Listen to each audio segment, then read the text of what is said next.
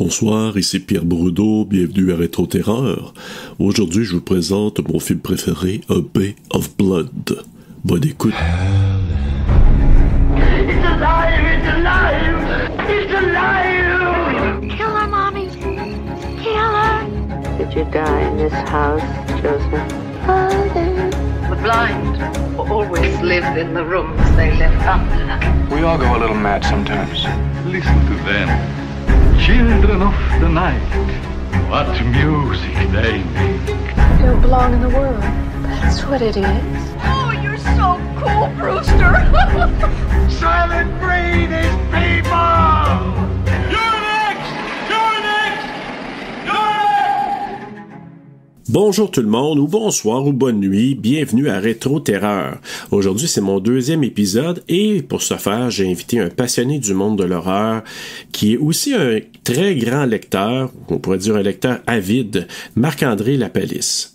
Marc-André est libraire et je l'ai connu en échangeant avec lui sur les médias sociaux. Je sais que c'est un auditeur de Terreur sur le pod et on échange régulièrement sur les nouvelles de l'horreur, sur la littérature et c'est vraiment très très plaisant d'échanger avec lui.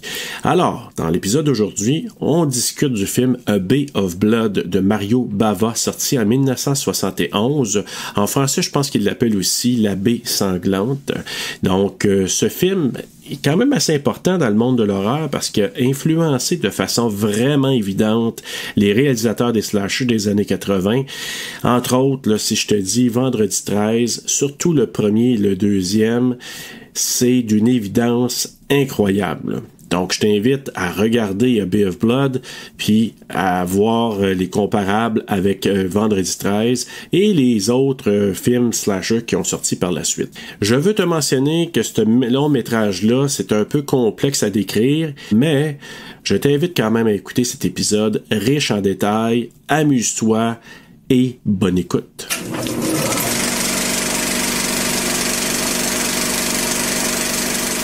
Alors, bienvenue Marc-André à Rétro Terreur. Hey, on l'a attendu depuis un bout de temps, ça fait longtemps qu'on s'est parlé, donc bienvenue officiellement. Merci beaucoup Serge, je suis très content de participer là, à Rétro Terreur, surtout que moi, aller jusqu'à tout récemment, en fait, tout récemment, il y a quelques années, j'étais surtout un rétro fan d'horreur, j'écoutais surtout des anciens films, j'étais resté un peu avec un goût amer des films que j'avais vus dans au début des années 2000, avec tout autour des des scare jumps, puis j'avais des préjugés un peu contre. Aussi, je suis un amateur comme beaucoup de practical effects, puis j'étais un peu les fameux CGI, refroidi par le CGI, qui peut quand même avoir son intérêt, mais bon, c'est ça. Moi, il faut que je sente la matière, la texture, même si des fois, ça peut avoir l'air, on le voit pour des films anciens, des fois, il faut suspendre un peu, il faut laisser aller son imagination parce qu'on sent le plastique, mais oui. C'est ça, fait que... Mais ça a un cachet. Oui, tout à fait. Moi, c'est ça. Je suis un gros fan de practical horror. J'aime mieux, c'est ça, des practical horror qui ont l'air un petit peu plus artificiels que du CGI très bien fait. Surtout que c'est ça, le CGI, on est un peu à la merci de la technologie, là, du beau CGI. Je pense que c'est vous qui le disiez. Je ne sais pas si c'était pour l'épisode de Cursed. Oui. Que c'est ça, du CGI qui était très beau dans les années 2000, en 2022, c'est plus tant beau. Puis le CGI mal. de 2022, ouais, c'est ça. Fait que bref, mais tu sais, en même temps, c'est en lisant un petit peu puis en recevant des conseils de différents amis, tu sais, j'ai vu It Follows, Witches de Robert Eggers, les films de Jordan Peele aussi. Fait que tu sais, là aujourd'hui, je fais plus j'ai plus ce côté-là. Tu t'es réconcilié avec le cinéma moderne. Oui, il y a des films. Je suis pas dans une posture où les meilleurs films d'horreur ont été faits. C'est dans les années 70, 80, ça sera jamais dépassé. Comme des gens des fois qui disent les Beatles, c'est le meilleur groupe de tous les temps, il y en aura jamais de meilleur. On sait pas, on connaît pas l'avenir. On se calme un peu là. C'est ça. Il y a d'excellents films qui se font. Puis moi, je vais être optimiste. Je vais dire le meilleur film de tous les temps n'a pas été encore réalisé. On va dire ça comme ça. J'aime ça t'entendre dire ça parce que moi, je me suis réconcilié avec le cinéma des années modernes à partir de ce qu'on a vu dans la décennie 2010. Je trouve qu'il y a eu beaucoup de bons films avec, bon, il y en a qui n'aiment pas les A24, là, mais moi, je trouve que ça l'a amené une autre façon de voir les films, des thrillers psychologiques qui sont vraiment bien faits, des films qui sont très disjonctés. Moi, j'aime bien ça, en tout cas, c'est varié. Mais la raison pour laquelle Rétro Terreur, moi, je suis content d'embarquer dans cette aventure-là, c'est que je vais essayer vraiment d'aller... Je vais aller piger dans les années 80 un petit peu, mais je vais vraiment aller dans le cinéma, là, 70 et même avant. Puis beaucoup 70 parce que je trouve, et comme le film qu'on fait aujourd'hui ensemble, Marc-André, A Bay of Blood, avec ses 10 autres titres, là, on va en parler de ça. Mais je suis content d'aller dans cette talle-là parce que, en toute honnêteté, moi, j'en connaissais quelques-uns, mais je découvre tellement depuis les 2 dernières années avec TSLP parce que ça m'a fait fouiller, analyser. Et là, j'ai découvert, OK, j'en connaissais, mais j'en connaissais vraiment pas tant que ça. Puis là, en lisant, je sais un peu comme toi, j'adore lire là-dessus. J'aime ça m'informer. On va parler aussi de la piste de commentaires qu'on a regardé et qu'on a écouté tous les deux là, sur A Bay of Blood. Moi, j'adore cette espèce de côté, ce côté-là historique de comment ça a été monté, les histoires aussi en arrière-plan, en coulisses. Fait qu'on va parler un peu beaucoup de ça aujourd'hui. Mais avant d'aller là-dedans, pour permettre de te connaître un peu, on le fait beaucoup à Terreur sur le pod, aller vérifier un peu le goût horrifique de nos invités. Mais avant d'aller là aussi, je sais que toi, je l'ai dit dans mon introduction, mais tu es... Est-ce qu'on peut dire libraire? Quel est ton titre exact? Oui, je suis libraire. En fait, je travaille à la librairie Pantoute à Québec. Donc, je suis libraire depuis 10 ans. J'ai travaillé dans différentes librairies. Puis, je travaille comme adjoint aux communications pour les éditions Éco-Société, qui est une maison d'édition là, spécialisée en livres sur l'écologie. Fait que j'ai plusieurs chapeaux, mais pour ce qui est de l'horreur, moi je suis vraiment un peu comme Bruno, je suis tombé dans la marmite de l'horreur quand j'étais tout petit là, j'avais 3-4 ans, j'étais fasciné par les sorcières, je m'étais même déguisé en sorcière à la maternelle. Wow. Fait que moi j'ai grandi avec les Fais-moi peur, Are You Afraid of the Dark? J'ai appris à lire avec les Chairs de poule, les Goosebumps. J'ai un des premiers films d'horreur là que j'ai vu, c'était le fameux The Witches de Nicolas, je sais pas si on dit Nicolas Roeg, enfin, avec Angelica Hudson, qui était un film qui me terrifiait. Je me cachais là, derrière le divan, mais en même temps, j'avais une fascination et un amour pour ce film-là. C'était assez ambivalent. Aujourd'hui, c'est très rare. Je sais pas pour toi, Serge, mais c'est très rare que j'ai peur ou que j'ai un sentiment d'effroi quand j'écoute un film d'horreur. Mais ce sentiment-là, le pur, là, quand j'étais enfant, ça m'a marqué durablement. Puis j'ai toujours été d'une manière ou d'une autre là, près de l'horreur. Mais justement, si on te demandait peut-être, comme on le fait à TSLP, là, mais de 3 à 5 films qui t'ont soit marqué, tu sais, c'est difficile de dire 3-5 films préférés de tous les temps, là, ça change tout le temps, là. Mais moi, je me suis fait un top 10 il y a quelques jours, puis j'ai vu qu'il y a des nouveaux qui se sont glissés à l'intérieur de ce top 10-là. Donc, d'ailleurs, probablement un film qu'on va entendre, ou qui est peut-être déjà passé sur TSLP, qui s'appelle Angst. Donc... oui, j'ai vu votre post. Je vais aller l'écouter sur Tubi. J'avoue que c'est un film très particulier. C'est une petite pépite très rare. Donc, mais comme je te dirais, là, ça peut être des films qui t'ont marqué. Là. Donc, vas-y. Ben oui, tout à fait. D'entrée de jeu, je vais nommer un film que je me lasse pas de réécouter, qui est probablement un des films qui m'a le plus marqué, Blair Witch Project. Donc, qui est un film, en fait... la force de ce film-là, en fait, c'est l'économie de moyens. C'est un film c'est finalement d'avoir eu l'idée de thématiser en quelque sorte, je veux dire, on n'a pas beaucoup de moyens, on a des petites caméras, on va faire un film sur des étudiants qui n'ont pas de moyens, qui vont faire un film sur une sorcière. Et la force de ce film-là, c'est justement qu'on voit pratiquement rien, tout est suggéré et ça fait appel à 100% à l'imagination. Un film, je pense, c'est quelque chose comme 30 000 $ le budget, je me souviens plus. C'est peut-être plus élevé que ça, mais c'est vraiment des peanuts. Et je sais qu'il y a des gens qui détestent ce film-là, qui trouvent que il se passe rien, qu'on voit rien. Mais c'est un film qui va finalement chercher dans nos peurs les plus primaires, les plus fondamentales. Tu sais, on est dans le bois, il fait noir, puis il y a une menace, on parvient pas à l'identifier. Je veux dire, on peut remonter à nos ancêtres. des Homo sapiens il y a 300 000 ans qui étaient face à cette situation-là. Et c'est tout cet imaginaire-là qui fonctionne juste avec des petites choses. Puis des pièges aussi. D'ailleurs, est-ce que tu as vu le remake, là, ce qui a été fait? Ouais, l'espèce de suite avec le frère. Suite remake, Moi, j'ai pas vraiment aimé, honnêtement. Là, je sais pas ton point de vue là-dessus. J'ai trouvé qu'il refaisait essentiellement le premier, mais avec des drones, puis... ouais, c'est ça, exact. C'est ça que je te dis, c'est comme... Tu sais, maintenant, on a le terme requel ou resuite, qui a été mené dans Scream 2022, mais... Ouais.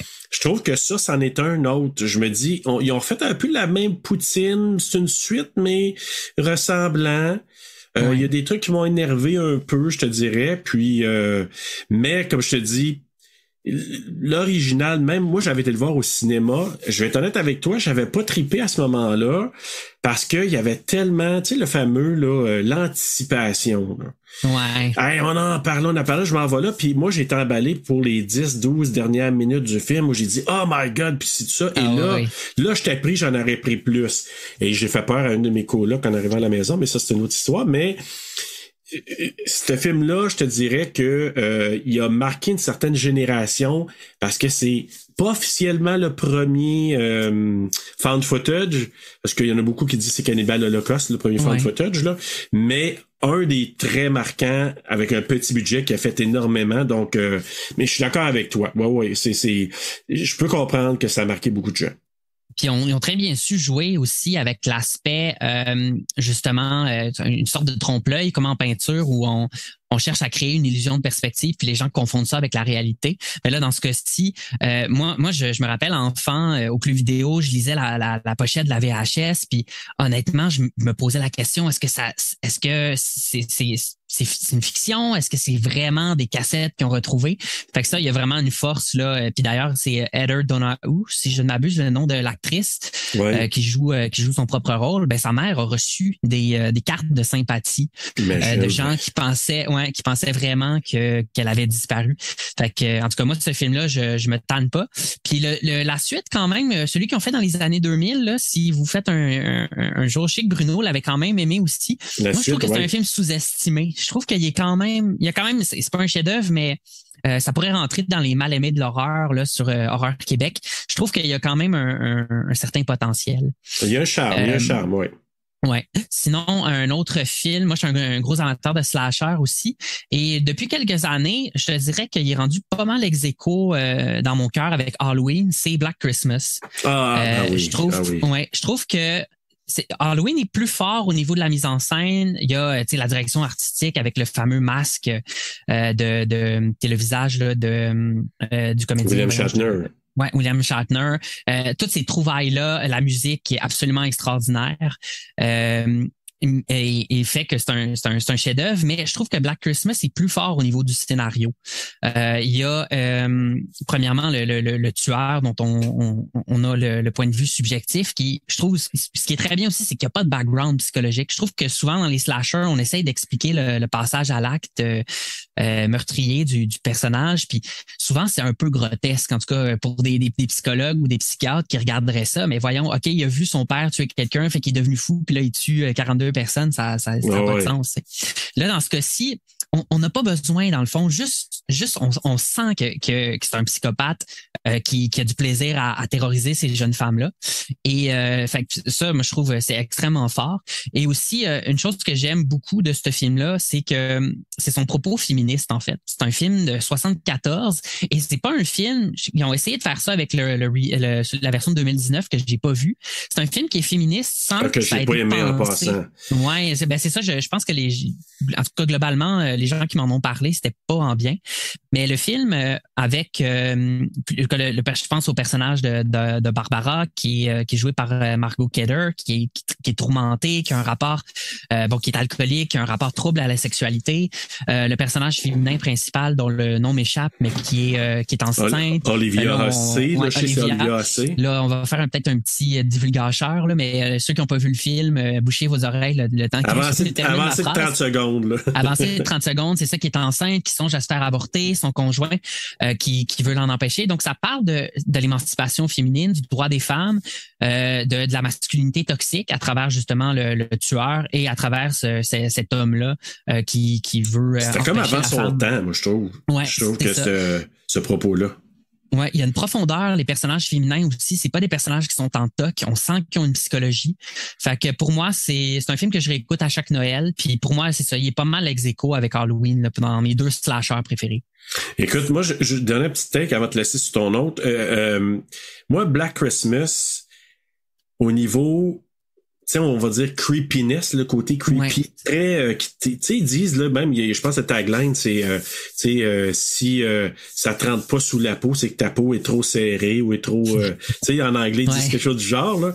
Mais, moi, celui-là, parce que, encore là, on l'a couvert à TSLP, puis je l'ai comme redécouvert, j'ai adoré le revoir, l'analyser, et il est revenu, probablement, je devrais le mettre probablement dans mon top 10, il est encore plus glaçant que Halloween, à mon avis. Moi qui adore Halloween, mais par les scènes où il appelle, de la façon qu'il parle, l'œil qui quand Olivia Hussey, donc je me souviens plus de son nom ici, Claire, ou en tout cas je me dis non, Claire. Je pense que c'est Claire. La première, c'est-tu la première qui est assassinée, ça? Celle avec le sac de, encore là, bouchez vos oreilles. Ceux qui n'ont pas vu le film, avec le sac de plastique qu'on revoit des plans, ça, c'est totalement terrifiant. Puis c'est un film que moi aussi je trouve plus terrifiant qu'Halloween parce que c'est un film aussi qui est beaucoup plus vraisemblable, qui est réaliste. On n'a pas affaire au boogeyman ou au mal incarné. Puis là, je veux rien enlever à Halloween. Encore là, je dis c'est un de mes films préférés de tous les temps. Mais on se dit c'est quelqu'un qui pourrait réellement exister, qui pourrait effectivement, des gens qui se sont introduits par effraction dans des domiciles puis qui ont fait du mal à des gens, ça existe. Donc, moi, ça me rend, c'est ça, il y a un degré de réalisme qui fait que ça pourrait se produire puis que ça le rend d'autant plus effrayant. Là. Ah, je te rejoins là-dessus. Puis ce que j'aime beaucoup aussi, c'est la fausse piste. Est-ce que c'est le chum de notre protagoniste féminine? Est-ce que c'est quelqu'un d'autre? Il y a un meurtre qui s'est fait en parallèle dans un parc un peu plus tôt, qu'on suppose. Tu sais, on est là pour parler de Black Christmas, mais il est vraiment fascinant, ce film-là, vraiment. D'accord avec toi. Puis il y a des petits, c'est ça, des petites touches d'humour aussi. Le personnage de Barbara, là, je me suis promis cette année d'analyser les sous-titres, puis vraiment de regarder un petit peu plus les jeux les jeux de mots. Bon, avec il y a son fameux Filet Show. Là, en tout cas, fait que ça ajoute une petite touche d'humour qui vient. Puis c'est bien dosé. Là, ça vient comme juste contrebalancer un petit peu les moments plus tendus, sans qu'on bascule là, dans de la comédie d'horreur, ce qui aurait été correct aussi, mais ça aurait été un autre film là, carrément. En tout cas, Marc-André, là, tu m'en parles, puis là, c'est sûr, dans le temps des fêtes, là, mettons, novembre-décembre, je me le retape encore cette année, c'est trop bon, là. Puis d'ailleurs, il y a comme 2 versions, hein. Moi, quand je l'avais couvert avec Bruno, lui, il a vu la version qui était un peu plus longue, moi, je l'avais pas vue. Puis, je l'ai revu après dans une autre version, parce qu'il y a une version Scream Factory, puis une autre version aussi, là, je pense que c'est Season Greeting, chose comme ça. Puis moi, j'avais pas la version longue. Puis dans la version longue, tu vois un petit peu plus et ça explique à un moment donné la disparition de la... Écoute, c'est Andrea Martin là, qui est l'actrice là-dedans, là, qui est une des dernières. Puis tu la vois à la fin dans la chambre, mais tu sais pas ce qui s'est passé si tu vois pas la version longue. OK. Donc, si jamais je suis en train de te dire ça, là, remarque, parce que dans la version longue, on voit un monsieur aussi qui s'était fait tirer dans les fesses au poste de police.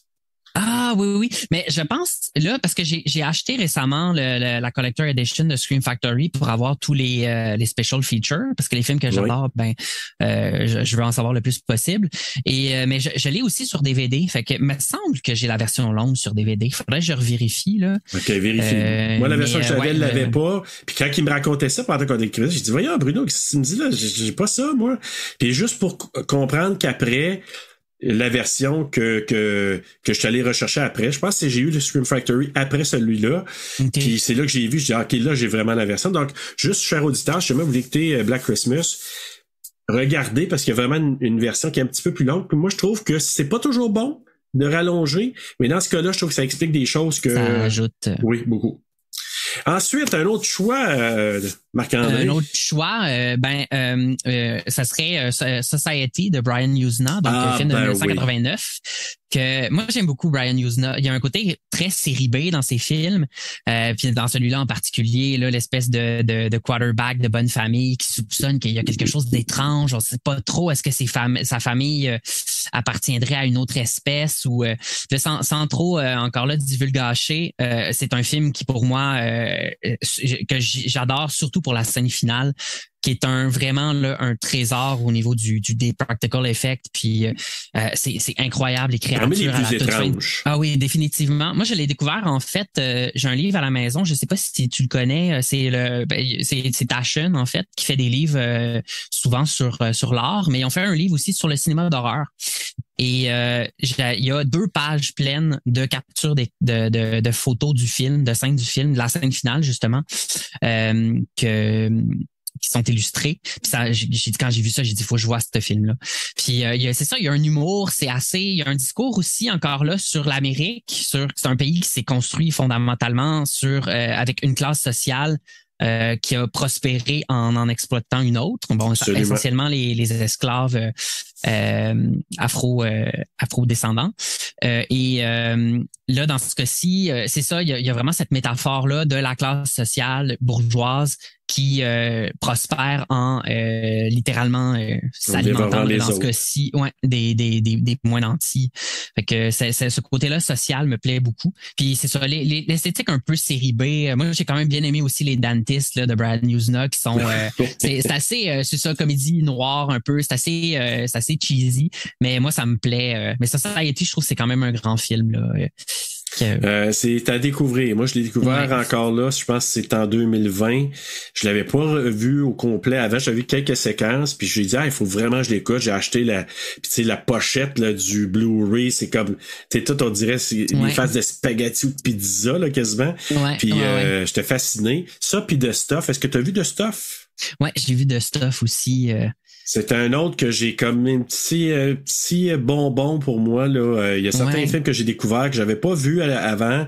Puis là maintenant je te propose aussi peut-être un autre qui s'appelle Pigs. Et ça je pense ça date des années 70 que j'ai découvert l'an dernier ou en 2020 et qui c'est pas parfait mais ça a un charme puis il y a comme une espèce de questionnement que tu as sur la protagoniste, ce qu'elle vit, si tu veux, c'est un peu particulier. Je trouve qu'une belle, en tout cas, je te recommande ça. Est-ce que tu avais d'autres films? Parce qu'on pourrait en avoir beaucoup. Oui, tout à fait. Je rajouterais un autre, parce que je vois que ça va vite. Il y a un film d'anthologie que depuis, ça fait 2 Halloween que je l'écoute. Puis honnêtement, il est en train d'égaler, en tout cas, à sa manière, Trick or Treat pour moi, là, comme film d'anthologie. C'est All Hallows Eve de Damien Leone. Oui. Enfin. Moi, je dis Leone aussi, ouais. Ouais, c'est ça. Manifestement, d'après moi, il y a des origines italiennes. Sûrement. Puis que moi je trouve plus fort, plus efficace que Terrifier, avec ces enfants qui trouvent avec leur gardienne dans un sac, leur sac de bonbons, une VHS, et là on a des courts-métrages avec le fameux Art the Clown qui apparaît, qui est comme une espèce de, c'est presque un malin génie là-dedans. On sait pas trop s'il existe pour vrai. C'est comme une espèce de Freddy Krueger un peu. Puis je trouve que les 3 courts-métrages, là, le premier qui est plus autour d'une espèce de secte sataniste, le deuxième avec des extraterrestres, puis le troisième qui est vraiment un court-métrage, c'est presque un condensé de Art the Clown. Honnêtement, c'est un film qui réussit quand même à me terroriser d'une certaine manière, là. Puis j'ai hâte de le réécouter là, cette année, encore une fois. Même si c'est pas un film qui est parfait, là, je trouve qu'il y a quand même il y a un esprit, il y a vraiment quelque chose de profondément perturbant, je trouve, dans le cinéma de Leone. Puis ce film-là, il est beaucoup moins... on n'est pas dans le torture porn. Il y a quelques petites scènes un petit peu plus... pour ceux qui n'ont pas aimé, mettons, Terrifier, là, on est dans quelque chose de plus... il y a des passages plus explicites, mais c'est quand même assez suggéré encore là. Moi, j'aime ça un peu quand ça fait grain de VHS, là, puis justement... oui. Ouais, moi, je suis tellement d'accord avec toi, là. Moi... Quand on a regardé, puis on a fait Terrifier, moi, j'avais vraiment pas trippé à part que Art, je le trouvais très, très dérangeant, puis je me suis dit, il est efficace, là.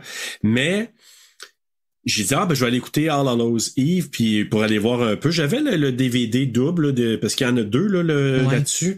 Puis j'ai dit, je vais aller écouter, aller regarder ça. Puis finalement, j'ai dit, OK, ça m'a tenu en haleine. Ça, j'ai eu par moment là, un petit peu peur par rapport à ce qui était pour arriver. Puis, en plus, il se passe l'impossible, on dira pas, on va pas divulgacher, mais peut-être tu sais ce que je veux dire, avec les 2 petits tannants. Donc, mais c'est ça. Et moi aussi, j'ai beaucoup aimé celui-là. C'est vrai, c'est une belle anthologie. D'ailleurs, tu me donnes le goût de le regarder dans le temps de l'Halloween. Je vais sûrement me le remettre cette année. Ouais. Moi, honnêtement, ça vaut la peine. Puis j'ai bien hâte, en tout cas, de voir justement aussi le 2e Terrifier qui, je sais pas si on aura la chance de l'avoir au cinéma au Québec. Moi, j'en doute, là, malheureusement. Mais en tout cas, sûrement que ça pourra se trouver en streaming.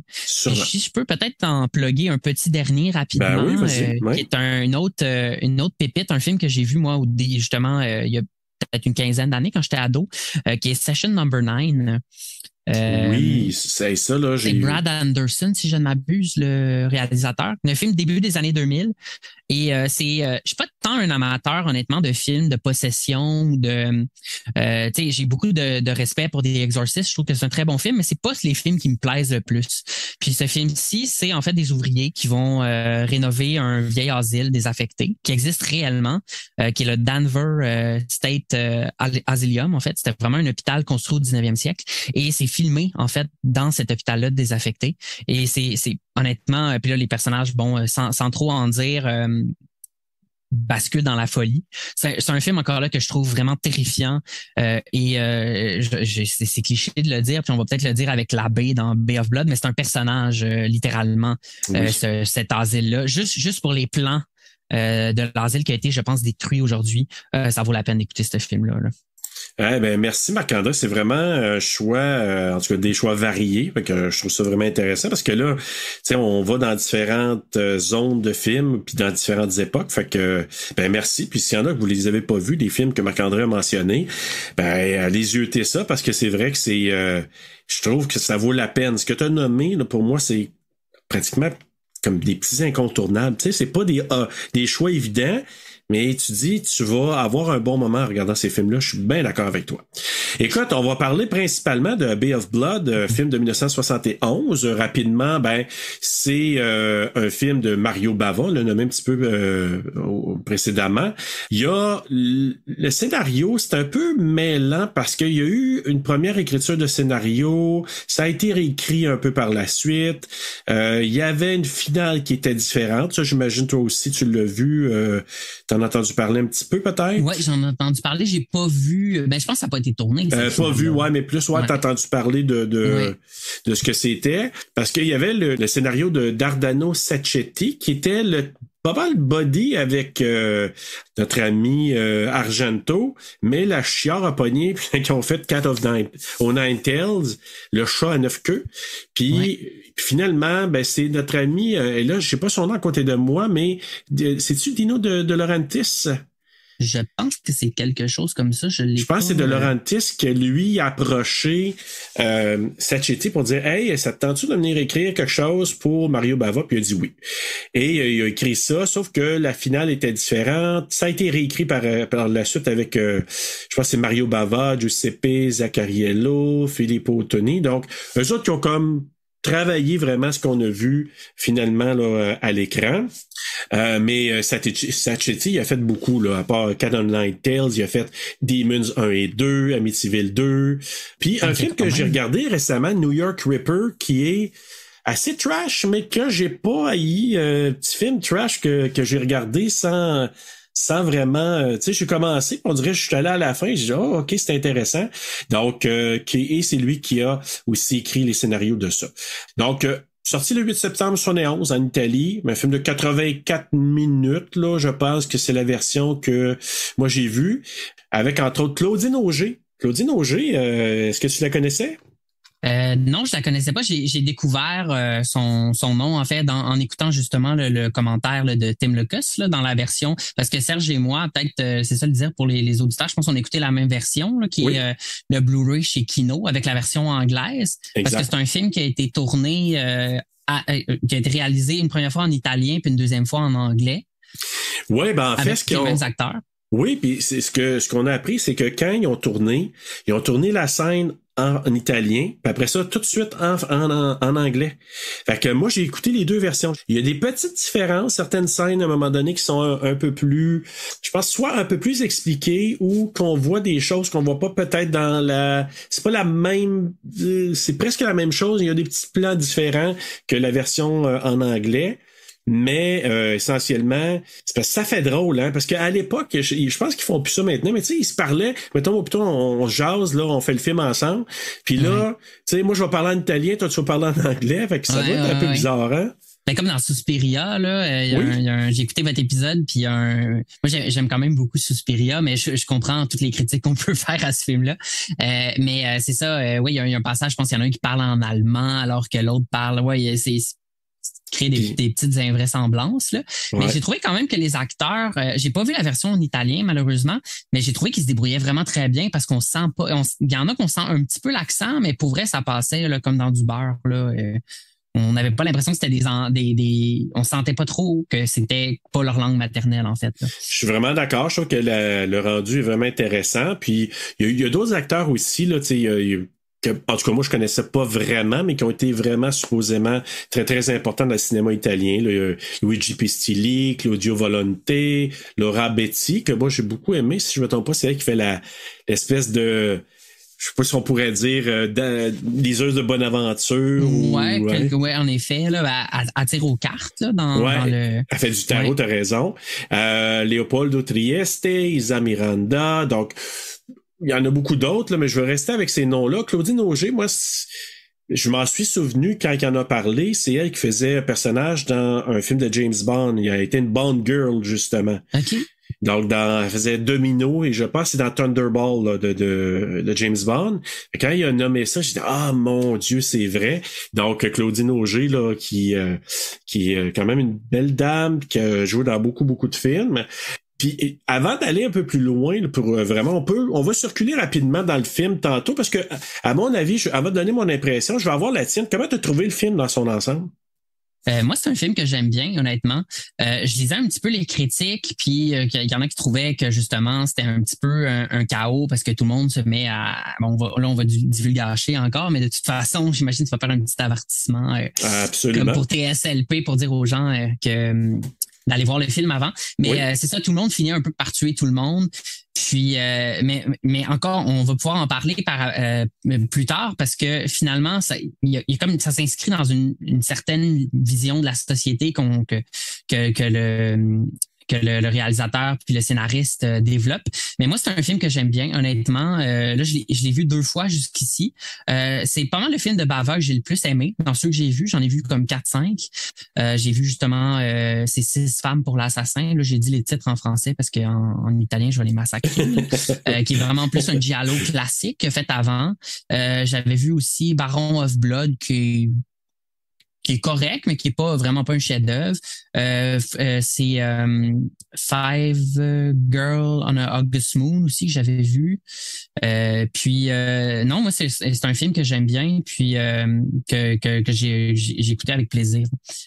Mais c'est probablement celui qui va être le plus discuté, peut-être celui qui va être mentionné le plus souvent, puis on va en parler là, avec l'influence qu'il y a eu sur les slashers des années 80, c'est indéniable maintenant, là, je veux dire, quand tu l'as vu, tu dis tu peux pas ne pas voir les références là par la suite là, ou des films des slashers, tout ce qui est parti avec Vendredi 13 entre autres.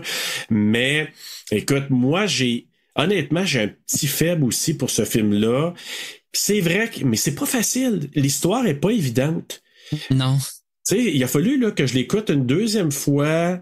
Après ça, je pense que je l'ai même écouté une 3e fois pour vraiment saisir l'histoire comme telle. Parce qu'à un moment donné, tu te dis, OK, mais c'est qui lui? Il a tué qui? Pourquoi elle est là? Tu comprends? Ouais, il y a beaucoup de personnages. Puis, pour nous qui ne sommes pas des locuteurs de l'italien, des fois, ça devient un peu mêlant. Oui. Je trouve, effectivement, c'est ça. Puis là, ça m'amène à revenir sur l'intérêt aussi, puis la pertinence je trouve, de ta nouvelle émission Rétro-Terreur, c'est que les films du passé aussi, c'est des films les films d'aujourd'hui n'existeraient pas si il n'y avait pas eu ces films-là. Puis ça, c'est un très bon exemple de, tu sais, A Bay of Blood, parce qu'il est à l'origine de justement des Friday the 13th. C'est une source d'influence indéniable des slashers. Et d'où tout l'intérêt d'aller voir ce film-là. Puis c'est un film aussi qui a une valeur en lui-même. Là. C'est pas juste un film qui aurait une valeur historique. Là. C'est un film, moi, je trouve, qui est agréable à écouter en 2022, même s'il y a certaines choses qui ont peut-être moins bien vieilli, là, mais... Ouais, il y a des petites choses là, qu'on pourrait noter tantôt, peut-être sur... tu sais, qui... Ça passe moins bien, mais... En général, si on est capable de se concentrer sur l'histoire, ce qui se passe... Puis même, je te dirais, le côté, par moment, lugubre de ce qu'on voit, même troublant. Moi, il y a eu des scènes là, que j'ai trouvé assez troublantes. On va commencer. D'ailleurs, pour résumer rapidement l'histoire, on peut dire que c'est une dame qu'on appelle la comtesse qui habite dans une maison intéressante, là, je pense qu'on pourrait dire presque un domaine, et sur lequel il y a une baie, la fameuse Bay of Blood. Et il y a des gens qui sont intéressés à l'acheter pour faire quelque chose de petit peu plus, je dirais, touristique ou un peu plus, en tout cas, commercial, touristique. Et la dame ne veut pas la vendre. Et là, il y a tout un mécanisme derrière tout ça, donc de gens qui s'organisent pour la tuer, pour pouvoir se procurer la fameuse baie en question. Donc, puis là, on pourrait dire, là, je vous dis, on va divulgacher là, tout. Fait que, on va commencer tout de suite en disant que c'est son mari qui fait semblant qu'elle s'est suicidée en la pendant. Puis cette scène-là, je te dis tout de suite, moi, je trouvais que c'était comme, OK, c'est assez raide, là. Mais c'est intéressant parce que cette fameuse première scène, moi, j'ai lu en faisant des recherches pour participer à la balado, je suis tombé sur un article vraiment intéressant qui s'appelle The Giallo Slasher Landscape, Ecologica del Delito, Friday the 13th and Subtractive Spectatorship. En gros, c'est un article qui fait des parallèles entre le genre giallo et le slasher et le rôle que joue le paysage naturel dans ces deux films-là. Ce que peut-être qu'on pourra aborder ça tout à l'heure, mais comme un certain type de spectacle qui est offert. Là, il parle de spectacle de la soustraction, en tout cas. Mais grosso modo, au tout début de ce que l'auteur dit, c'est que la première scène, finalement, ça se présente comme un parfait giallo. En grosso modo, on voit une première victime, la femme qui se fait pendre. Là, on a un plan sur les mains du personnage avec les fameux gants noirs. Une espèce de trait dans les giallo, il y a tout le temps ça, des personnages avec des gants noirs. Absolument. Et là, on s'attend à ce que là, ça va couper, on va être à une autre scène, puis on va trouver finalement l'identité de ce personnage-là seulement à la fin. Or, ça prend que quelques secondes, puis là, on se rend compte que c'est le mari de la comtesse et lui-même se fait tuer tout de suite. Donc, il y a comme des codes du giallo qui d'emblée sont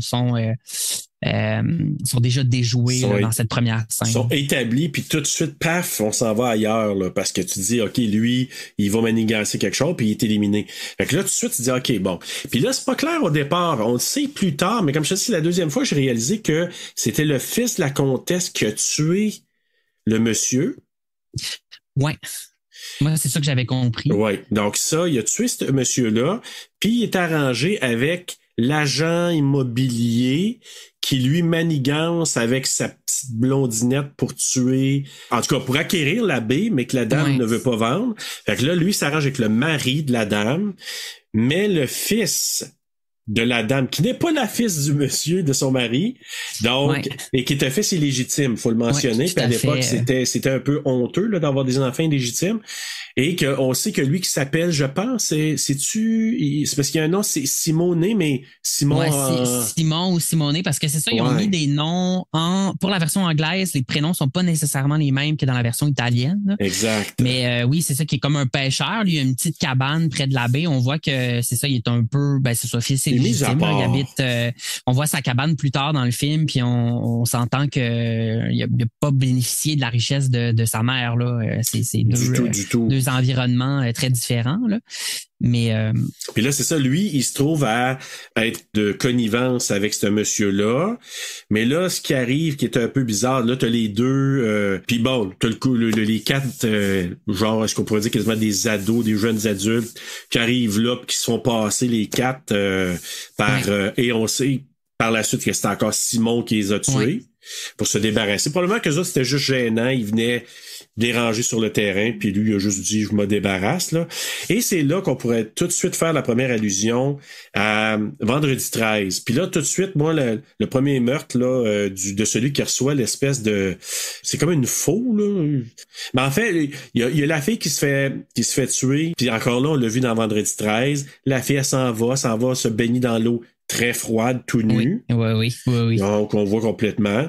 On revoit dans les ça, c'est dans le deuxième, je pense, celle qui a un petit chien là, qui s'appelle Muffin là, dans Friday the 13th Part 2, si je ne m'abuse. Là, Mais c'est ça, dans l'article dont je parlais tout à l'heure, ils ont comme recensé, en tout cas, l'auteur qui est un professeur, c'est ça, Adam Lowenstein, il enseigne en fait à l'université de Pittsburgh, puis il a recensé justement les différents meurtres qu'on trouve dans Friday the 13th qui sont inspiré de Bay of Blood.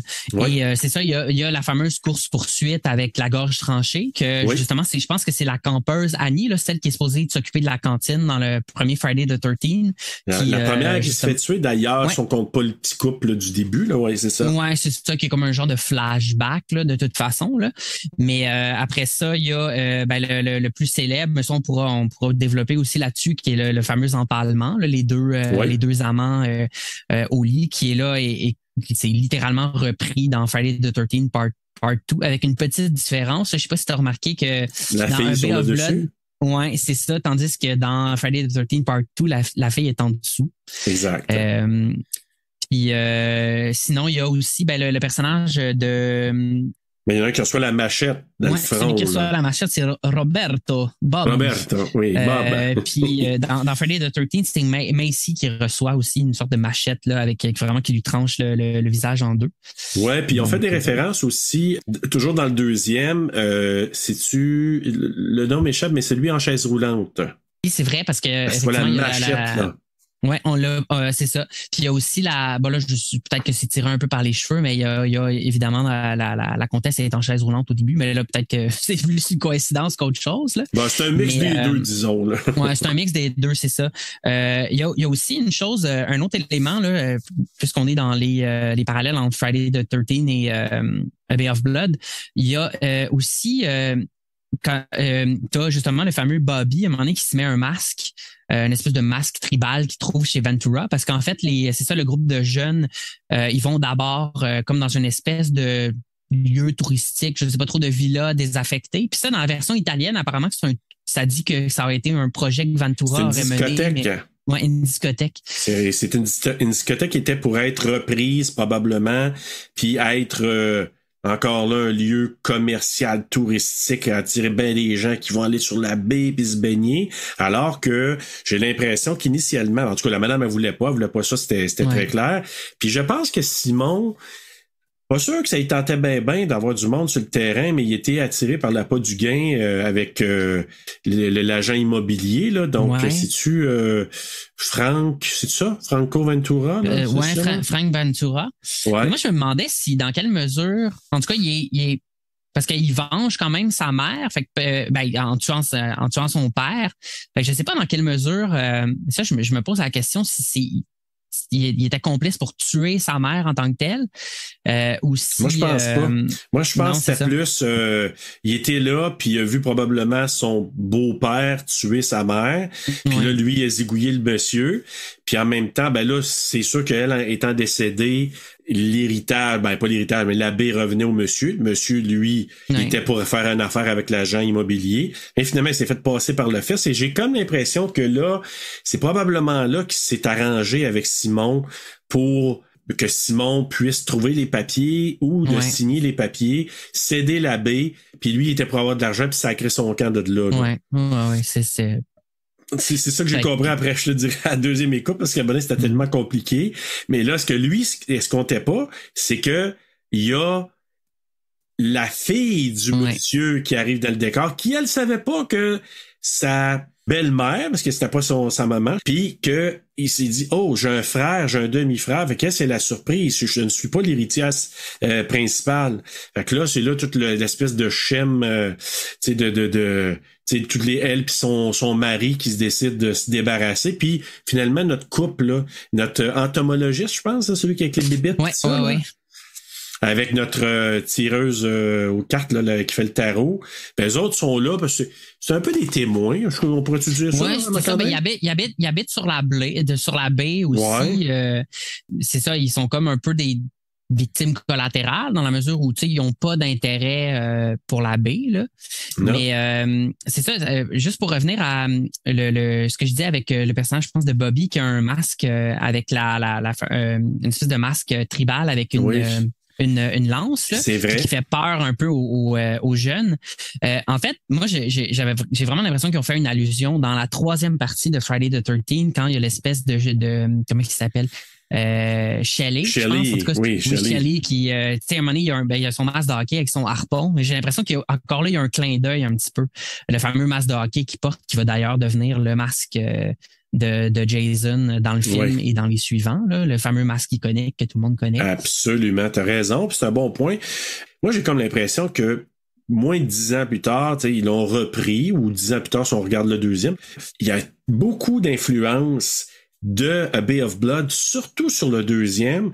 Fait que moi, j'ai l'impression, Steve Miner, qui était le réalisateur de 2 et 3, j'ai comme l'impression que lui, il avait peut-être déjà une attirance, il était peut-être déjà fan, puis tu sais, à l'époque, il n'y avait pas de médias sociaux, le home vidéo commençait au début des années 80, fin 70. Fait que j'ai comme l'impression que il y en a qui ont pensé d'en passer une petite vite, là, tu sais, que l'inspiration là sortirait pas, mais maintenant, tu sais, 40 ans plus tard, on sait très bien que... Hein? Je sais pas si c'est comme un hommage, tu sais, qu'ils ont voulu vraiment, ou sinon ils ont voulu s'approprier ces crimes-là pour... Moi, je pense qu'ils se sont appropriés en se disant, tu sais, on va le faire en Amérique du Nord.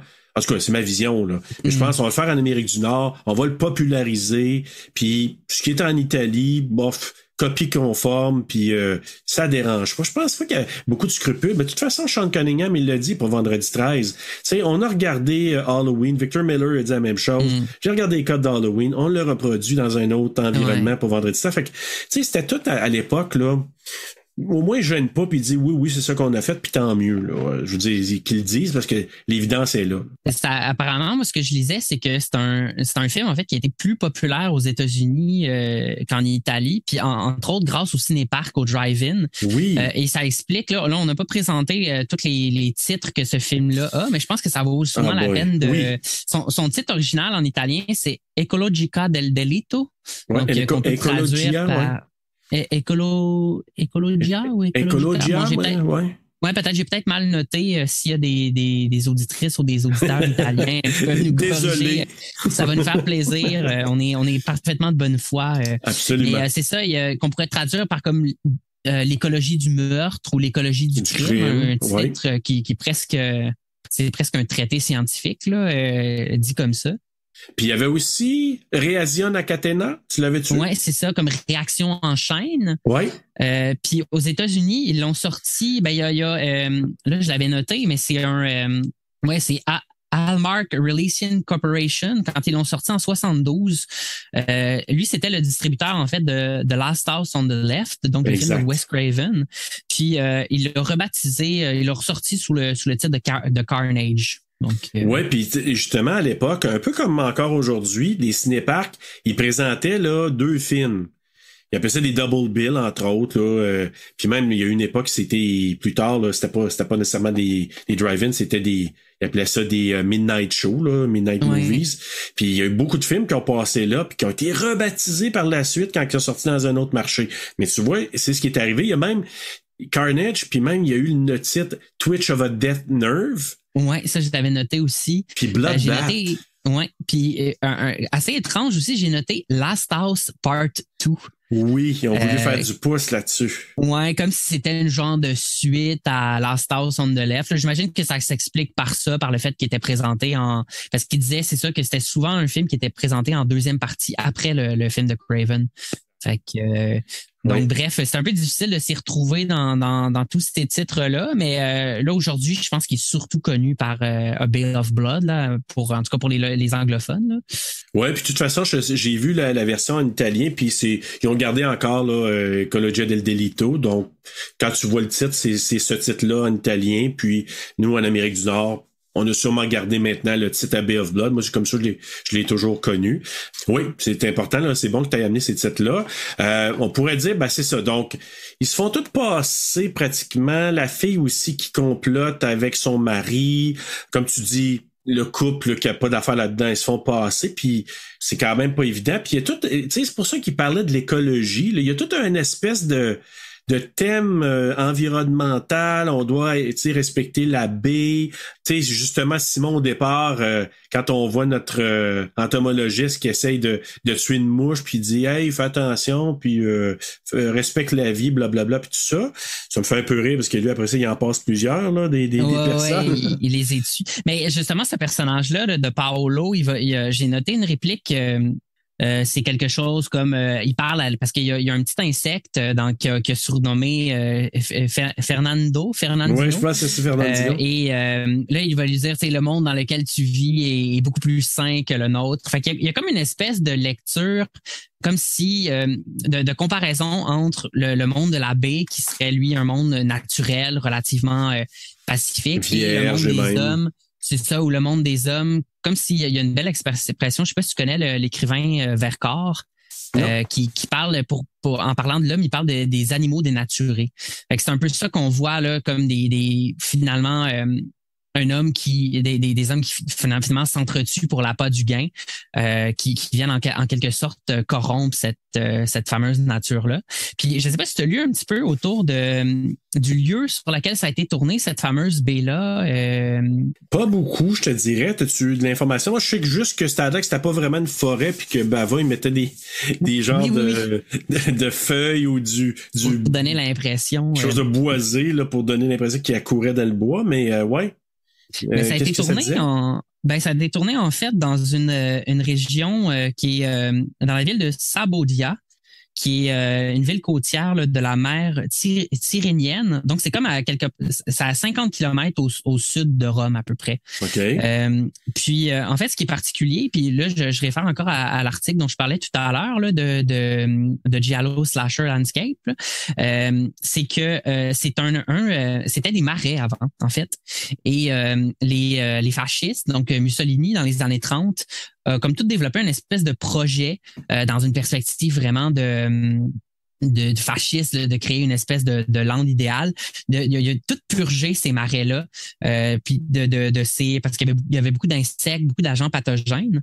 Et donc, c'est ça, c'est comme si en quelque sorte, puis c'est ce qui ressortait dans l'article que j'ai lu, comme si il cherchait à Bava, en faisant ça, à réintroduire en quelque sorte en mettant ces criminels-là dans la fameuse baie que les fascistes avaient voulu pure. On réintroduit le meurtre, on réintroduit on vient comme briser cette espèce de fantasme fasciste là, on montre que derrière cette société rêvée, puis tout le miracle après ça de l'après-guerre, là, qu'il y a de l'industrie touristique qui s'était développée là-bas, que tu sais, derrière ça, il y avait justement, il y avait des écosystèmes détruits, il y avait des gens de lésés, etc. Fait que... Ah, ben c'est un beau parallèle parce que c'est un peu ça qui se passe là-dedans. Tu sais, c'est parce que ce qui est mélangeant, c'est que le fameux agent immobilier, on pense qu'il est mort, qu'il a été tué à un moment donné, mais il a été blessé par la fille. C'est ça. Puis là, moi, au départ, quand notre diseuse de Bonaventure, ou en tout cas notre tireuse de cartes, là, elle, c'est Anna, je pense. son nom. Donc, c'est Laura Beatty, là, mais je pense que c'est Anna. Ouais, Anna Fossati. Fossati, qui... Fossati. Bon, ben, elle, tu sais, elle pense, elle a comme des genres de visions. En tout cas, avec ses cartes, elle dit, il y a quelque chose qui se trame, etc. Puis là, ben, tu sais, t'es un peu sous ses gardes un peu. Puis, à un moment donné, elle, bon, évidemment, elle va se faire passer à un moment donné. Même chose avec Paolo. Puis, t'as-tu remarqué aussi, et je pense encore là, il faudrait que tu me dises qui tu penses que c'était. À un moment donné, il y a quelqu'un qui regarde, tu sais, les espèces de gros plans sur les yeux. Est-ce que tu penses que c'était Anna au départ ou c'était une femme qui regardait? Ah, les yeux, ça, c'est quand le groupe de jeunes qui arrivent? Quand le groupe de jeunes qui arrivent, moi, je pensais que c'était Claudio, mais je sais pas, pas Claudio, mais c'est Simone. Claudio, Simone, ouais. C'est une bonne question, je sais pas. Faudrait que je le réécoute parce que ça, là, j'étais vraiment confus à savoir c'était qui. Puis d'ailleurs, moi, ce que j'ai noté, c'est que il paraîtrait que le plan de l'œil, ça a probablement été une influence. On parlait de Black Christmas tantôt. Pour Bob Clark. Puis c'est les points de vue aussi, tu sais, parce qu'on le voit aussi le personnage qui est Simon, là, on le sait, qui s'approche là, vers où sont les jeunes. Puis encore là, perspective, là, comme ils disent en first person, là, tu le vois comme à la première personne. Puis évidemment que s'il va être repris dans Black Christmas, qui va être repris dans les Vendredis 13 après, qui est très giallo aussi, là, on s'entend, là, je veux dire, c'est pas mal un des codes du giallo. Donc tu vois, ça c'est quelque chose que j'avais remarqué, puis je m'étais dit, ok, c'était Simon, mais il y a un autre plan, à un moment donné, on voit un œil, puis là, je me demandais c'était qui. Parce qu'au départ, il y a quelqu'un qui regarde avec les jumelles. Ouais, c'est pas le couple. Sont pas déjà, parce qu'ils ont une roulotte qui est pas très loin, ils sont pas déjà là, le couple de, je pense que c'est Renata, justement, la fille. Ouais, Renata, je sais pas. Puis le mari. Son mari, ouais, je sais pas si c'est lui qui est Alberto. Je me souviens plus si c'est Alberto, hein. Je son mari. L'affiche du film. C'est difficile parce que tu sais, habituellement, moi, les noms en anglais, c'est plus facile, mais là, c'est parce que il y a un nom en français, il y a un nom en italien, c'est comme évident. Ben oui, non, parce qu'il s'appelle Albert en anglais, en français, c'est Alberto, en italien, c'est Alberto. Mais Renata, c'est ça. Est-ce qu'ils sont là au départ? Parce que moi, je sais que il y avait, on voit la petite scène d'amour entre l'agent immobilier puis sa blondinette aussi. Elle arrive plus tard, puis elle aussi, elle se fait... étranglée? Oui, par Simon dans la cabane. Oui, qui la tue, qui l'étrangle. Oui, parce qu'elle dit, je suis pas mêlée à ça. Oui, c'est ça, t'as raison. Puis elle, on voit en flashback qu'elle avait un peu s'était amourachée, elle avait approché un peu pour manipuler le papa, le Filippo. Donc, Filippo Donati. Donati, ben oui, parce que c'est Comtesse Donati, Renata Donati. Donc, c'est ça. Puis après ça, c'est là que notre amie Anna, mais elle se fait décapiter. Et là, c'est là que je trouve que ça a plus ou moins bien vieilli, là. Ouais, la petite scène avec le petit jutement, là. Ouais. Mais qui évoque aussi, encore là, on tire encore peut-être un peu la couverte, mais avec la décapitation de Pamela Voorhees, là, décapitation frontale. Là. Puis il y en a qui faisaient des parallèles aussi entre, là, je trouvais ça peut-être un peu tiré par les cheveux encore là, mais le pull que porte là Pamela Voorhees, puis le pull que Simon porte. Là. Je serais pas étonné, hein? Oui. Ben, c'est des petits clins d'œil comme ça. C'était peut-être juste la garde-robe de Maman Voorhees, là, de Betsy Palmer, peut-être, là, d'après moi. Ils ont tourné ça en janvier, là, il faisait froid. C'était de janvier à février qu'ils ont tourné ça.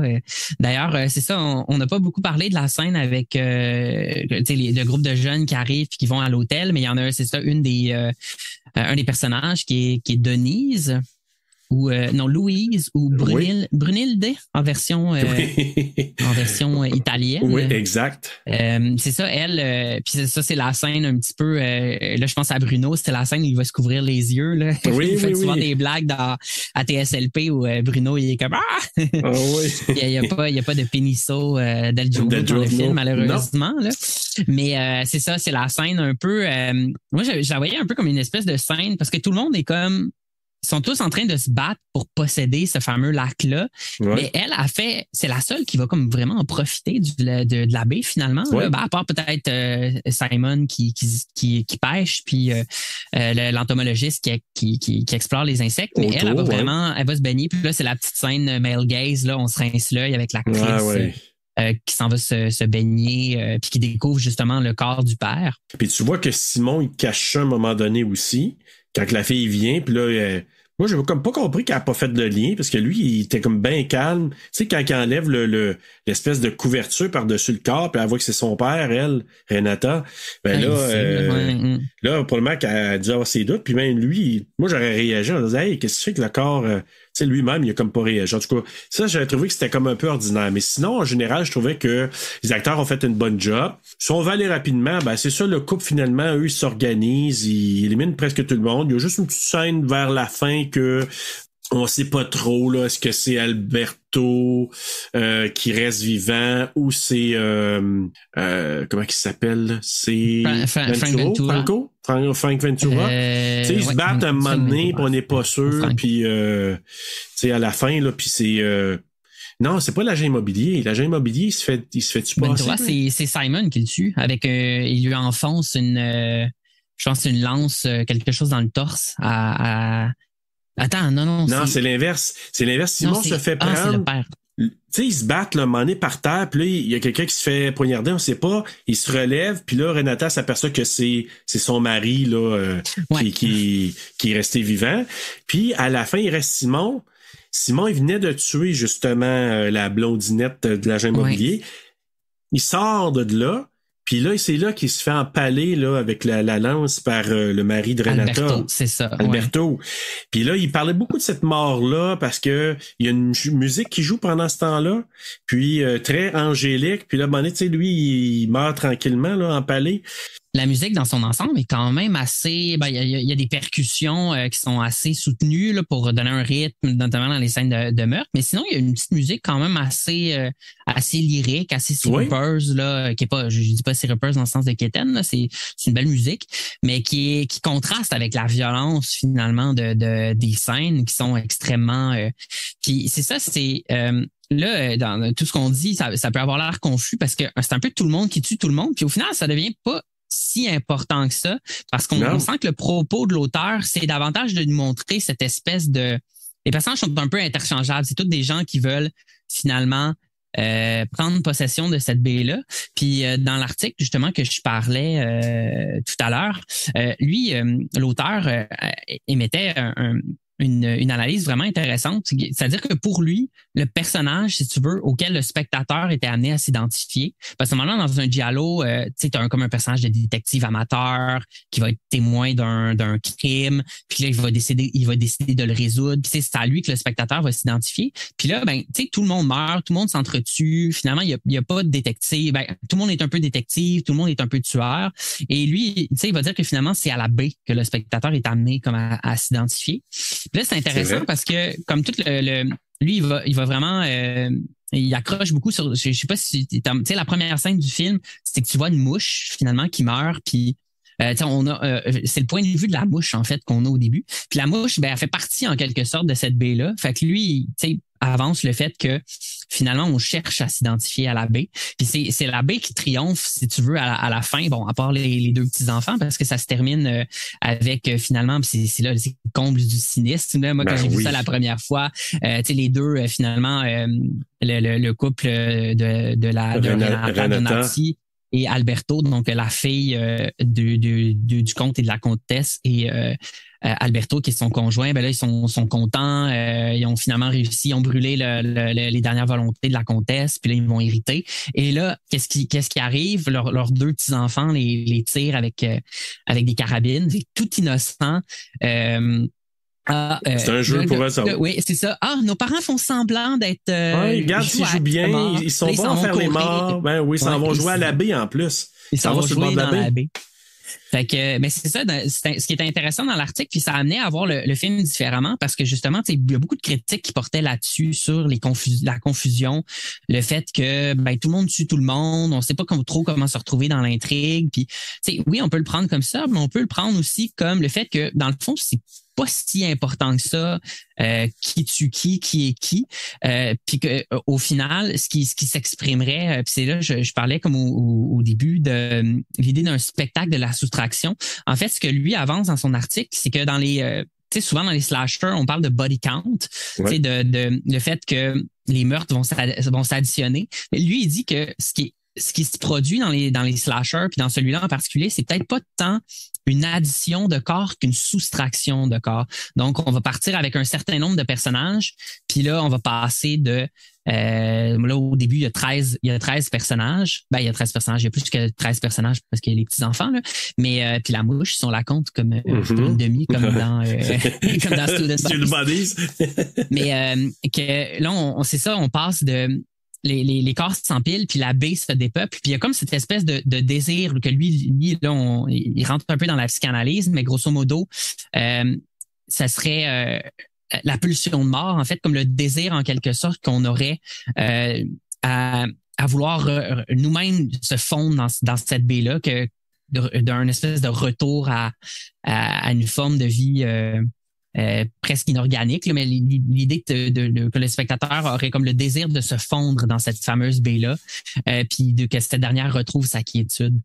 Oui, puis tu fais bien de dire, c'est une belle analogie. Puis dernière petite influence, en fait, il y a deux petits éléments que je trouvais intéressants aussi, c'est la mort de Paolo. Il se fait étouffer par une ligne par le code du téléphone. Puis là, il faisait le parallèle avec Halloween quand je pense que c'est Linda qui se fait tuer là, par Michael.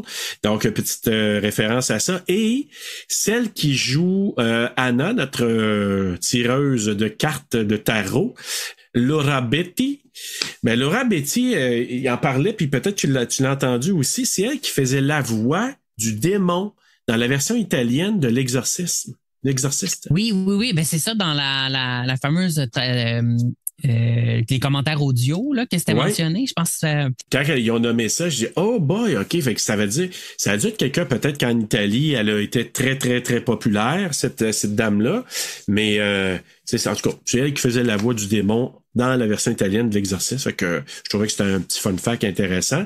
Sinon, autour du film, est-ce que tu avais d'autres choses que tu voulais apporter? On en parlait de beaucoup de détails, puis mais écoute, juste dire aux auditeurs, c'est sûr que c'est un film qui est un peu mélangeant, mais je suis d'accord avec ce que Marc-André dit.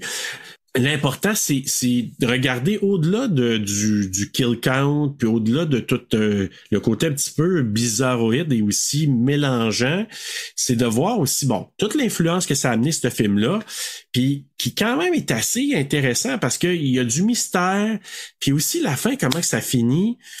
Tu dis, tu sais, tu t'attends, ok, ils s'en tirent, puis de façon vraiment très, très inattendue à tout le moins. Tu sais, ils se font tirer leur enfant. Puis tu savais qu'au départ, c'était censé de se terminer un peu différemment, le premier scénario.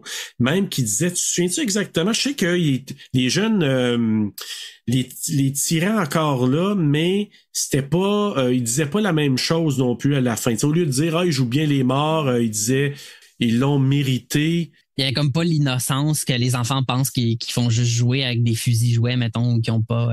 Exactement. OK.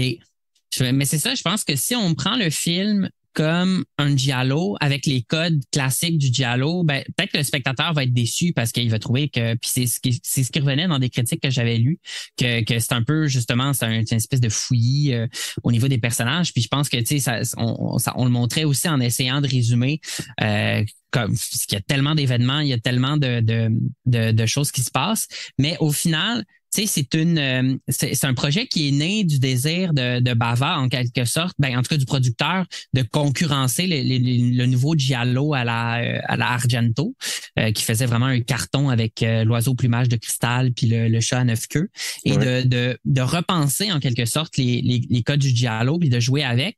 Et là, c'est ça, on a comme un film finalement qui est plus une réflexion sur l'appât du gain, sur la valeur de la nature. Il y a peut-être un propos, peut-être que dire que c'est un film écologiste, c'est peut-être un peu exagéré, mais c'est une lecture quand même.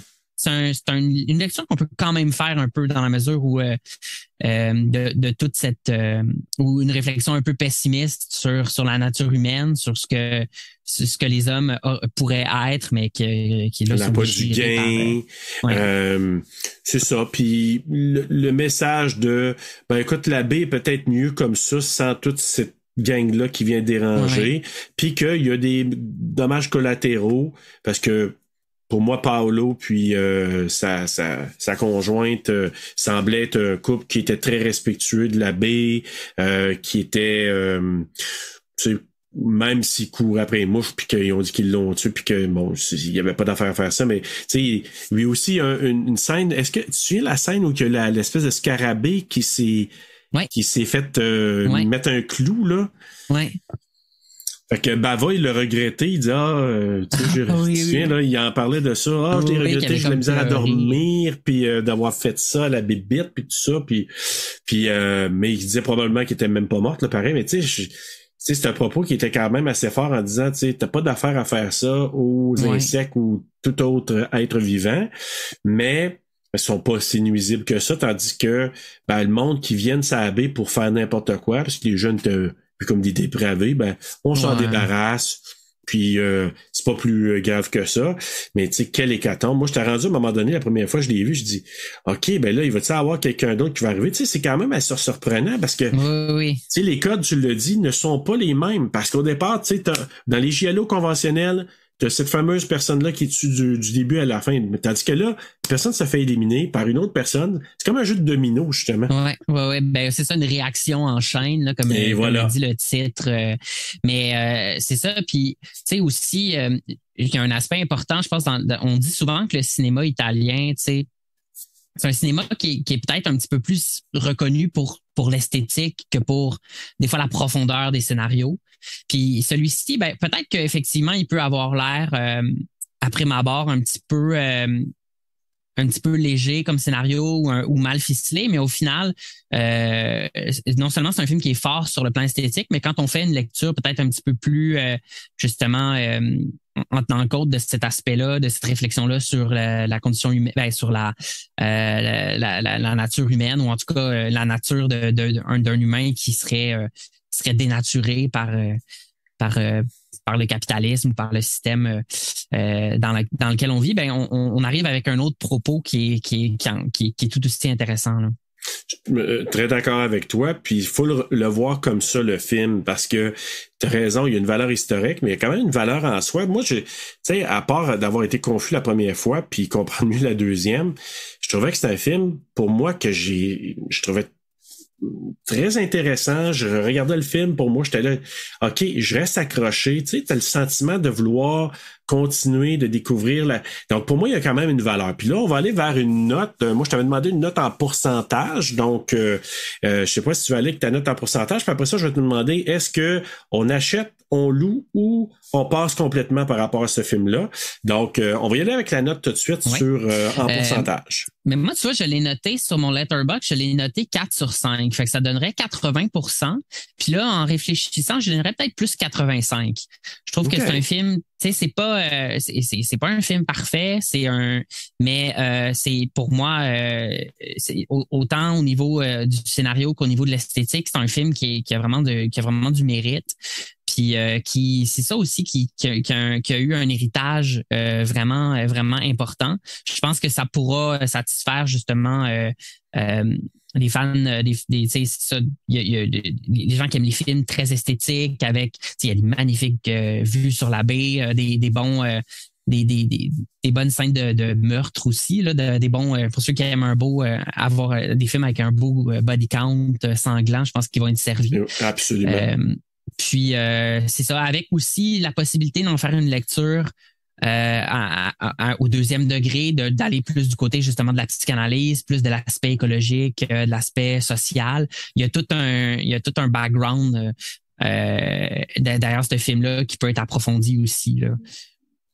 Je te rejoins parfaitement. Moi, la note que j'y avais donnée bizarrement, là, puis la note avec laquelle je reste aussi, c'est un 80%. Okay.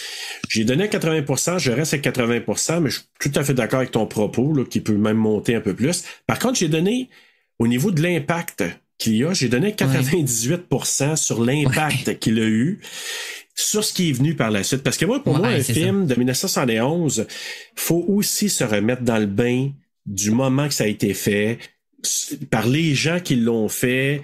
Bon, Moi, les acteurs, je veux dire, à part Claudine Auger, que j'ai trouvé vraiment, qui sortait du lot parce que je l'ai trouvé bien, mais aussi c'est parce que c'était quelqu'un que je connaissais déjà.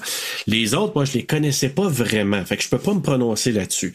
Mais avec la présence de Claudine Auger, j'ai beaucoup aimé, moi, Anna Fossati aussi, là, dans le rôle de Laura. Paolo aussi, donc Leopoldo Trieste. Je les ai beaucoup aimés, moi, ces trois-là. Puis je te dirais que ça m'a gardé en place, ça m'a gardé vraiment connecté au film. Puis moi, je te dirais, là, je sais pas ce que tu en penses, je vais te demander, est-ce que on achète, on loue ou on passe complètement pour ce film-là, selon toi? Moi je l'ai acheté, fait que je pense que ça en dit déjà beaucoup. Oui. Puis j'ai depuis quelques années, parce que je consomme beaucoup de films d'horreur, je me suis donné comme règle de ne pas acheter un film que j'ai pas déjà vu puis que j'ai pas envie de revoir. Fait que ça répond à tes deux questions pour la réécoute puis pour est-ce qu'on achète ou on loue. Moi je pense que c'est un film qui vaut la peine d'être vu plusieurs fois, ne serait-ce que pour une première fois peut-être pour prendre connaissance de l'histoire, des personnages. Moi, souvent, quand j'écoute mes films aussi, je me débouche une petite canette de bière, des fois une deuxième petite canette. Fait que là, quand il y a beaucoup de personnages puis beaucoup de péripéties comme ça, on perd le fil à la première écoute. Vraiment. Fait qu'on peut le réécouter une deuxième fois avec peut-être pas de canette cette fois-ci pour mieux suivre un peu le. Puis après ça, il y a tous les parallèles à juste le réécouter pour le mettre en parallèle avec d'autres slashers. Et là, on a parlé de Friday the 13 partout, mais juste de voir toutes les références, tous les clins d'œil, puis quelqu'un qui maîtriserait sans doute mieux le langage cinématographique que moi, pour aller dans les plans de caméra, puis dans le détail, puis dans l'éclairage, puis toutes sortes de choses que moi je vois pas parce que j'ai pas cette connaissance-là. Mais je pense que c'est encore là, tu sais, c'est sûr que faut quand même aimer le gore, là. Si vous êtes, faut quand même aimer le c'est pas un slash. C'est ça, c'est pas tout à fait un giallo, c'est pas encore un slasher. C'est un mix des deux, je trouve. Tu sais, on pourrait c'est bizarre, mais c'est un slasher italien. Ouais. Tu sais, puis tout en étant un giallo, tu sais, puis si on regarde, mettons, d'ailleurs, je te suggère aussi, est-ce que tu as vu Alice, Sweet Alice? Je l'ai peut-être vu, mais il y a une période où j'ai vu tellement de slashers. Puis, parce qu'il l'appelle un des premiers giallo américains, là, je te dirais celui-là. Je l'ai peut-être vu, mais il faudrait que je le revoie parce que. En tout cas, moi, c'est rendu, c'est devenu un petit bonbon lui aussi, là, Alice Sweet Alice. C'est le premier film de Brooke Shield comme tel, là, qui est reconnu. Moi, je te dirais, moi aussi, je vais l'acheter, donc c'est très clair, sauf que pour les gens qui nous écoutent, si vous voulez découvrir un film qui a une portée historique, qui vous allez reconnaître des choses qui probablement vous avez découvert avec les slashers des années 80. Tu sais, je pense à tous ceux qui sont venus après les Final Exam, toutes les dérivés de ça. Vous allez voir même Carnage, justement, le fameux The Burning. Là. Ouais. Donc, tu sais, c'est tous des personnages qui sont, excuse-moi, un petit peu interchangeables. Puis, non, tu sais, on s'entend qu'il n'y a pas quelque chose de très, très, très original. Après d'en avoir vu une dizaine, là, tu dis, c'est la même formule. Par contre, c'est ça. Si tu veux retrouver cette formule-là dans un autre environnement italien, je trouve que ça vaut la peine de découvrir. Peut-être en location, mais tu sais, location, habituellement, là, quand tu le loues en ligne, tu l'as pour à peu près 24 heures, à peu près. Ouais. Fait que dans 24 heures, écoute-les 2 fois, comme Marc-André a dit, puis ça va te permettre de justement comprendre un peu mieux la deuxième fois. Fait que oui, il y a une valeur de réécoute. Par la suite, je te dirais que, tu l'achètes si tu veux vraiment approfondir ta connaissance des films italiens, les giallo, tous les films des années fin 60, 70, Argento, Bava, tous ceux qui ont fait là, dans ce style-là, ça vaut la peine. Puis juste revenir, parce que là, je reviens sur ma note de 80%, je trouve que il y avait des bonnes choses au niveau cinématographique, mais il y a des choses qui étaient moins bien réussies. Bonnes choses, pour ça, je te dirais, là, 80%, c'est quand même bon. Les transitions. Moi, il y a une couple de transitions que j'ai pris en note. Une, à un moment donné, quand elle se fait décapiter, notre chère Laura, donc Anna Fossati, il y a une transition avec les enfants qui échappent une espèce de bibelot à terre, puis on voit comme la tête qui était comme brisée. Des plans aussi qui sont réussis, d'autres moins de transitions, mais il y en a qui c'est vraiment des belles transitions. Par contre, je trouvais que par moment, quand il faisait des zooms, c'était pas très réussi là au niveau de la DP. Là. C'était un peu comme...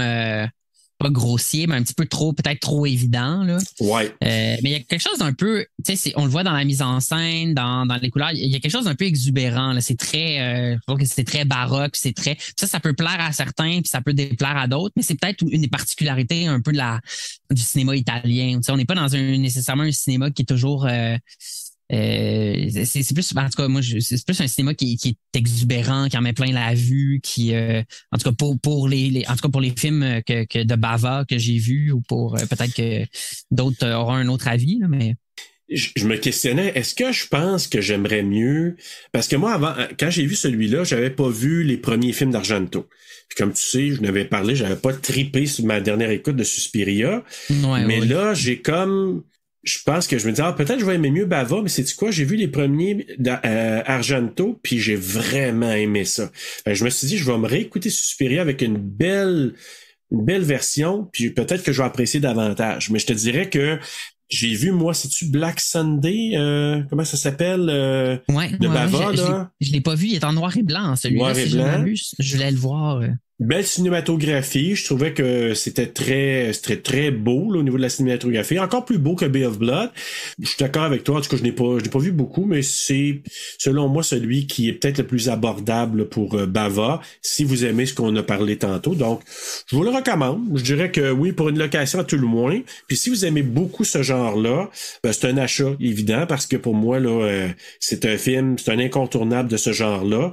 Puis pour moi, de l'avoir dans une bibliothèque avec d'autres slashers, puis tu dis, c'est comme un peu le grand-père, là, tu sais, de ce genre de vague-là, parce qu'il y en a qui amènent ça à Psychose, mais... Psychose, c'est un peu l'arrière-grand-père, parce que même, il est comme... c'est une des sources d'influence aussi de Bava, là. Il a fait un film qui s'appelle, je pense, The Girl Who Knew Too Much, puis c'est Hitchcock qui a fait, je pense, The Man Who Knew Too Much. Ouais, c'est vrai, t'as raison, si par réponse c'est à comme ça. Vraiment c'est vraiment une... Fait que c'est comme un peu Hitchcock, c'est un peu le grand-père ou l'arrière-grand-père de tous ces cinéastes-là. Mais c'est ça, de remonter d'un film à l'autre, voir comment puis aussi comment le cinéma, parce que c'est pas juste dans un sens, là, c'est pas juste le cinéma italien qui a inspiré le cinéma américain, mettons, mais c'est le cinéma américain qui, tu sais, les deux s'inter-influencent. Pour ça, c'est intéressant les Britanniques. Mais je voulais dire, tu sais, c'est ton expression là, tu disais là, comme le slasher italien puis le giallo américain, mais tu sais, ça montre bien comment finalement les pays s'inter-influencent, puis comment, tu sais, on peut pas voir ça juste dans un sens, l'Italie qui submerge le marché américain ou tu sais, ou inversement là, tu sais que ça, c'est ça qui fait. Écoute, juste te dire, puis je te le dis tout de suite là, moi il y a des films que je vais faire qui vont probablement à un moment donné, je vais faire des liens entre tous ces films-là parce que il y aura, par exemple, l'influence des films britanniques sur les films américains, italiens, les films allemands qui ont eu de l'influence aussi sur les films britanniques, en tout cas d'Hitchcock, qui a eu de l'influence, en tout cas des auteurs, réalisateurs allemands, mais aussi français. Puis aussi, si on regarde, tu sais, on parle de Les Diaboliques que je vais couvrir éventuellement aussi. Une fois, je vois ça, ce film-là. De Clouseau, je pense. Ouais, c'est la même chose. Il parle beaucoup de cette influence-là sur les autres. Donc, tu sais, c'est tous des films que je veux couvrir parce que je trouve que ça a une valeur historique. Il faut les voir. Comme un peu un film que je veux faire, peut-être à TSLP, qui est le Carnaval des âmes, Carnival of Souls. Oui. J'aime beaucoup ce film-là. Oui, qui est pourtant pas si bien fait que ça, mais il y a comme encore, là, il y a un charme, c'est en noir et blanc, puis ça l'a influencé, semble-t-il, aussi Romero, supposément. OK. Pour justement là son fameux Night of the Living Dead. Oublions pas, ça en est parlé en enregistrement, il parle d'une référence pour ce film-là qui est donc The Spiral Staircase. The Spiral Staircase, OK. Avec Dorothy McGuire, qui était une actrice supposément très connue dans les années 40 et qui aurait été une inspiration pour, entre autres, Mario Bava. Puis entre autres, il parlait du plan de l'œil. Il parlait aussi de... C'est comme probablement probablement un des premiers giallo, supposément, ce film-là. OK.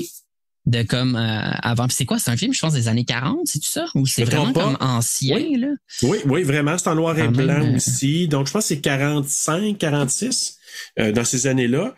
Pas mal sûr que je vais le couvrir, ce film-là. Puis peut-être on le fera ensemble, toi et moi, Marc-André, parce que je trouve que c'est un beau lien avec un film comme celui-là. Puis j'ai comme l'impression qu'en regardant ces films-là, on va se dire, oh, hey, là, je vois directement l'influence sur tel autre film qu'on a vu. Et c'est ça la beauté de la chose, parce que on peut pas dire toujours que c'est une copie conforme. On va appeler ça des hommages. Puis je pense qu'on va en avoir beaucoup dans les films à venir. Là. Ouais, absolument. Comme de la citation. Puis peut-être un autre film, avant qu'on termine, un autre film de Bava aussi là qu'on pourrait suggérer aux auditrices, aux auditeurs de la balado. Puis qui est aussi un film qui a eu une filiation importante. C'est Planet of the Vampire. Je sais pas si tu l'as vu celui-là. Non, c'est une des sources d'influence de Alien. En fait, il y a vraiment des éléments. Okay. C'est un film de science-fiction. Je pense que c'est un des seuls qu'il a fait. Il n'en a pas fait beaucoup. Et c'est justement comme des gens dans un vaisseau qui sont en mission et qui reçoivent un signal d'une planète qui est émis par une planète, un signal de détresse comme dans Alien, et qui vont venir inspecter ce signal-là et découvrir une présence là, qui va les menacer. Il y a vraiment beaucoup de liens avec... c'est un bon film aussi. Wow. Moi, je l'avais écouté avec plaisir, honnêtement. Là. Il y a des petites choses... tu sais, les costumes sont très... ça fait un petit peu... c'est des un petit peu Star Trek, là, un peu cheesy des fois peut-être. Mais honnêtement, c'est un bon film agréable que j'ai du plaisir à voir puis que je réécouterais. Là. Mais ça, c'est ça, il y a plein de liens à faire avec Alien. Merci, je le prends en note parce que donc, vous allez voir, c'est un peu ça, Rétro-Terreur. On va vous référencer des films, on va vous faire des suggestions, on va vous amener au côté historique du moment où le film a été présenté, a été diffusé. Donc, et justement, c'est ça le plaisir de la discussion sur un domaine comme entre autres l'horreur, c'est que c'est un puits sans fond, puis on pourrait avoir beaucoup d'autres choses à se dire, Marc-André, là-dessus. Mais on va clore avec Bay of Blood, qu'on a bien aimé tous les deux. Puis oui, on vous le recommande. Allez regarder ça. Puis vous allez dire, je pensais que Vendredi 13 avait fait... partie de mode, avait tout créé. Ben non, Bay of Blood en a créé beaucoup aussi. Donc là-dessus, Marc-André Lapalisse, merci beaucoup d'avoir participé à Rétro-Terreur. Merci beaucoup, Serge, pour l'invitation, puis au plaisir là, de revenir ou d'échanger sur d'autres films éventuellement. Absolument, ce n'est que partie remise. Hey, à la prochaine, Marc-André. Merci, à la prochaine.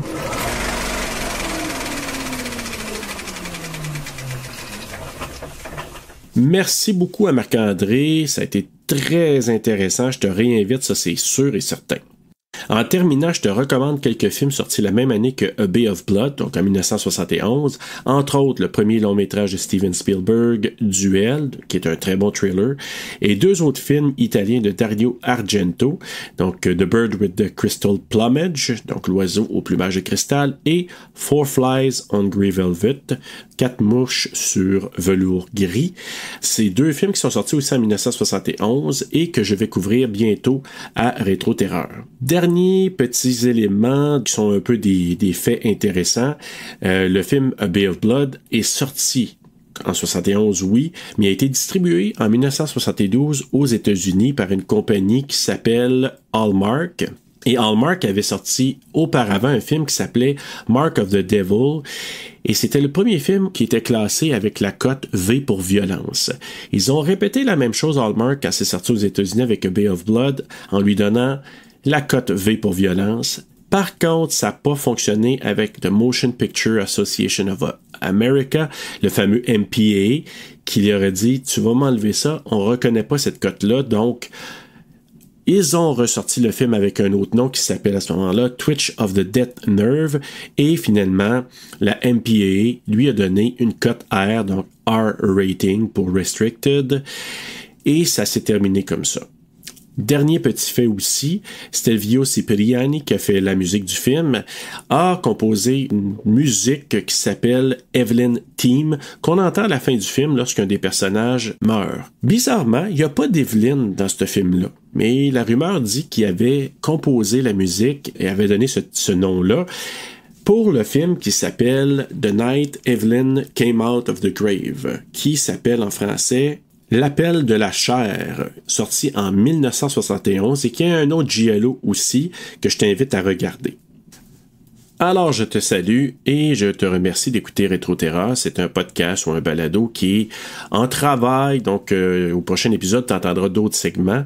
Mais c'est fait avec cœur et j'espère que tu l'apprécies. Donc, je t'accueillerai aux prochains épisodes. Tu vas voir, il va y avoir du Dario Argento. Il va y avoir la trilogie aussi de Roman Polanski qui s'en vient. Donc, j'espère que tu vas être à l'écoute et que tu vas me donner tes commentaires. Alors là-dessus, je te souhaite bonne semaine. Bon mois s'il le faut et à très bientôt. It's alive! It's alive! It's alive! Kill her, Mommy. Kill her. Did you die in this house, Joseph? Father. The blind always live in the rooms they left unlit. We all go a little mad sometimes. Listen to them. Children of the night. What music they make. You don't belong in the world. That's what it is. Oh, you're so cool, Brewster. Silent breed is people!